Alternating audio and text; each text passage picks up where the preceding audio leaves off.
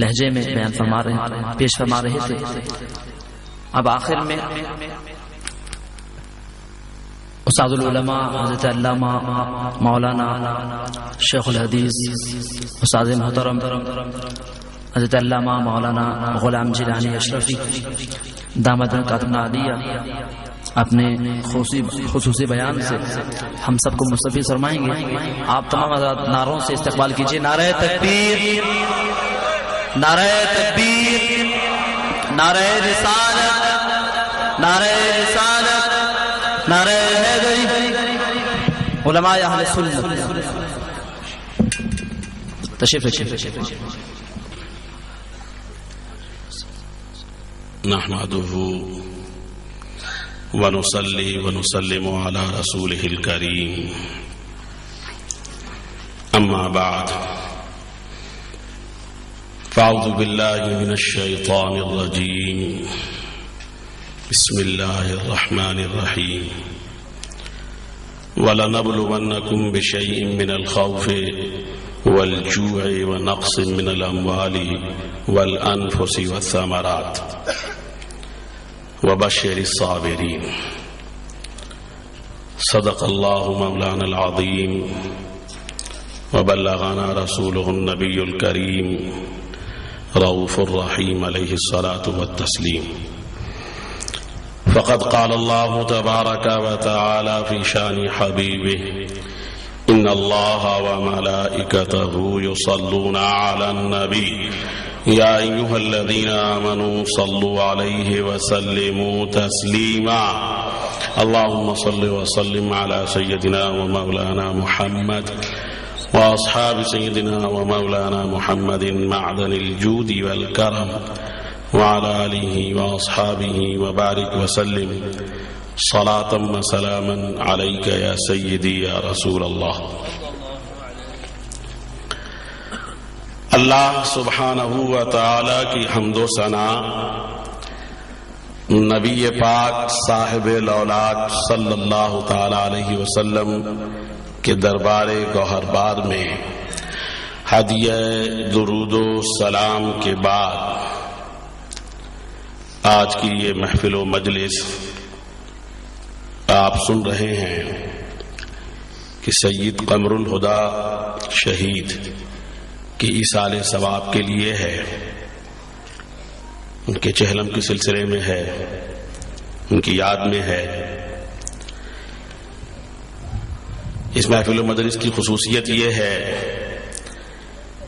کہ یہاں اہل سنت کے عظیم اداروں کے اساتذہ کرام تشریف لائے.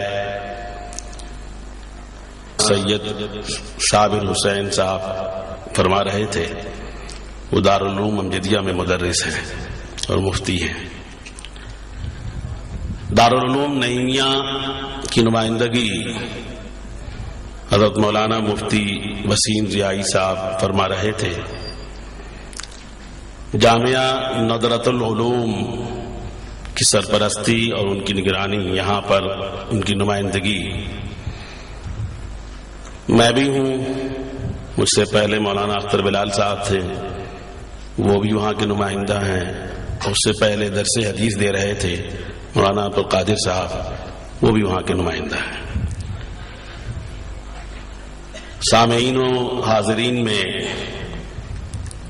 دارالعلوم نعیمیہ کے طلباء، خاص طور پہ تخصص کے طلباء جو سید قمر الہدی کے ساتھیوں میں سے ہیں، وہ تشریف لائے اپنے دوست کی یاد میں، اپنے ساتھی کی یاد میں انہیں خراج عقیدت و خراج تحسین پیش کرنے کے لیے. اور ایک بڑی تعداد جامعہ ندرۃ العلوم کے طلباء کی ہے. ان میں سے متعدد طلباء کرام وہ ہیں کہ جن کو زمانہ طالب علمی میں سید قمر الہدی کے ساتھ جامعہ ندرۃ العلوم میں مختلف کلاسوں میں آگے پیچھے پڑھنے کا موقع ملا ہے، اور ایک طالب علم ساتھی کی حیثیت سے مولانا سید قمر الہدی صاحب سے واقف اور آگاہ ہیں. اور کچھ طلباء جامعہ ندرۃ العلوم کے ایسے بھی ہیں، جیسا کہ ابھی مجھ سے پہلے مولانا اختر بلال صاحب بیان فرما رہے تھے کہ فارغ ہونے کے بعد جامعہ ندرۃ العلوم میں 1 سال تک تدریس کر کے مولانا اختر بلال نورانی صاحب کی خواہش کو انہوں نے پورا کیا. کچھ طلباء ندرۃ العلوم کے جو آئے ہوئے ہیں ان میں سے ایسے بھی ہوں گے جن کو مولانا سید قمر الہدیٰ صاحب سے پڑھنے کا بھی موقع ملا ہے. مجموعی طور پر مدارس کے طلباء جو یہاں موجود ہیں، جو مدرسوں کے ماحول سے واقف ہیں، تدریس سے واقف ہیں، پڑھنے اور پڑھانے کے انداز سے واقف ہیں، طلباء اور اساتذہ کے درمیان جو تعلقات اور مراسم ہوتے ہیں اس سے آگاہ ہیں.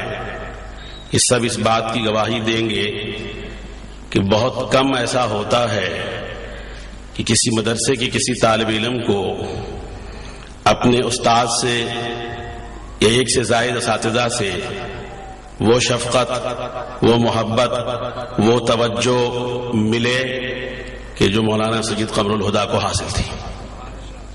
بہت کم ایسا ہوتا ہے. ایسے مراسم کم ہی قائم ہو پاتے ہیں. ابھی آپ ان کے اساتذہ کرام سے، ان کے حوالے سے بہت کچھ آپ نے سنا. یہ سب کچھ اس بات کی دلیل ہے کہ اللہ رب العالمین اپنے ان بندوں کو جنہیں کوئی مقام، کوئی مرتبہ اللہ تبارک و تعالیٰ نے عطا کرنا ہوتا ہے، اللہ ان کے مقدرات میں اسے نصیب فرما دیتا ہے، تو وہ جوہر بھی ان کی ذات کے اندر اللہ رکھ دیتا ہے. وہ صلاحیت بھی اللہ تبارک و تعالیٰ ان کے اندر پیدا فرما دیتا ہے. اور زمانہ طالب علمی ہی میں اساتذہ کرام، جیسا کہ مفتی وسیم صاحب بیان فرما رہے تھے، اندازہ کر لیتے ہیں کہ پڑھنے والے کے اندر ٹیلنٹ موجود ہے، صلاحیت موجود ہے. اگر اس کے نیچرل جو ٹیلنٹ ہے اس کے اوپر پالش کیا جائے تو یہ ایک بہترین خوبصورت ہیرا بن سکتا ہے. مفتی وسیم صاحب کی گفتگو سے یہ بات بالکل واضح ہوئی. بہرحال پڑھنے پڑھانے کا تجربہ میں بھی رکھتا ہوں، ایک عرصہ دراز سے مدرسوں سے وابستہ رہا. جامعہ ندرۃ العلوم میں دور حدیث کی ابتدا کے بعد غالباً 3 سال میں، دور حدیث کی ابتدا کے بعد وہ 3 بیچ تھا، 3 سال تھا جس میں سید قمر الہدیٰ دور حدیث شریف میں پڑھنے کے لیے آئے. اس سے پہلے جیسے آپ سن چکے ہیں بالکل ابتدائی کلاس سے، درس نظامی کی ابتدا سے، درجہ اولا سے سید قمر الہدیٰ جامعہ ندرۃ العلوم میں ہی پڑھتے رہے ہیں. اس طرح ظاہر ہے کہ جامعہ ندرۃ العلوم کے جملہ اساتذہ ان کے اساتذہ کرام میں رہے ہیں.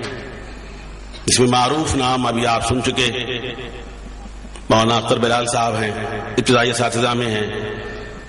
مولانا مفتی الیاس رضوی صاحب ہیں، مولانا رضوان صاحب ہیں، حضرت مولانا محمد علی صاحب فاضل معقول و منقول ہیں، اور دیگر اساتذہ کرام جو اس پوری پیریڈ میں حضرت مولانا علامہ عبد الغفور صاحب تھے جو پہلے پڑھایا کرتے تھے. اس طرح کئی اساتذہ کرام ہیں جو اچھے، قابل اور بہترین مدرسین ان کا شمار ہوتا ہے. ان کے پاس وہ پڑھتے رہے. جب ایک طالب علم مختلف اساتذہ سے پڑھتا ہے تو یقیناً اساتذہ کرام کے پڑھانے کے انداز کو، تدریس کے انداز کو، اس میں خوبیوں کو اچھی طرح اپنے دامن میں سمیٹتا ہے. جتنی صلاحیت ہوتی ہے، جتنی استعداد ہوتی ہے، اس کے مطابق اسے حاصل کرتا ہے. جن بنیادوں پر سید قمر الہدیٰ کی تعریف ابھی ہو رہی تھی، ان کے اساتذہ فرما رہے تھے، جتنے میرے طلباء یہاں بیٹھے ہوئے ہیں وہ چاہے جامعہ نعیمیہ کے ہوں یا جامعہ ندرۃ العلوم کے ہوں. ویسے یہ بات یاد رکھیے کہ جامعہ نعیمیہ کو جامعہ ندرۃ العلوم نے کئی ایک طلباء عطا کیے ہیں مختلف کلاسوں میں. میرے سامنے بیٹھے ہوئے ہیں مولانا قدرت اللہ صاحب، یہ بھی ہیں. مولانا کفایت اللہ بیٹھے ہیں، یہ بھی ہیں. تخصص کے دوسرے سال میں ہے مولانا کفایت اللہ، مولانا قمر الہدیٰ پہلے سال میں تھے. تو ان حضرات کے علمی لیاقت و صلاحیت سے جامعہ نعیمیہ کے اساتذہ، تخصص کے اساتذہ اچھی طرح جان گئے تھے کہ ندرۃ العلوم میں پڑھائی کا معیار کیا ہے. کسی کو کہنے کی ضرورت نہیں پیش آئی، کسی اشتہار بازی کی ضرورت نہیں پیش آئی. پھول جہاں ہو خوشبو آتی ہے،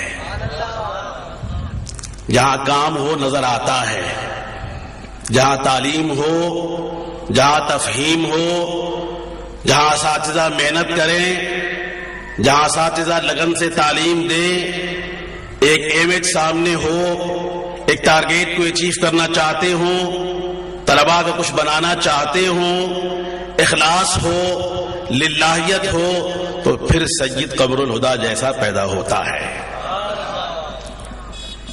اللہ تعالیٰ فضل فرماتا ہے، اللہ تعالیٰ کرم فرماتا ہے. ظاہر ہے کہ ہمارے طلباء کئی بیچ فارغ ہو چکے ہیں. مسند تدریس پر بیٹھنے کے بعد اور خاص طور پہ دورہ حدیث ابتدا کے بعد کم از کم میرا خیال ہے اس سال 5ویں کلاس ہے دورہ حدیث کی جو فارغ ہوں گے، اور اس سے پہلے بھی بہت سے فارغ ہو چکے.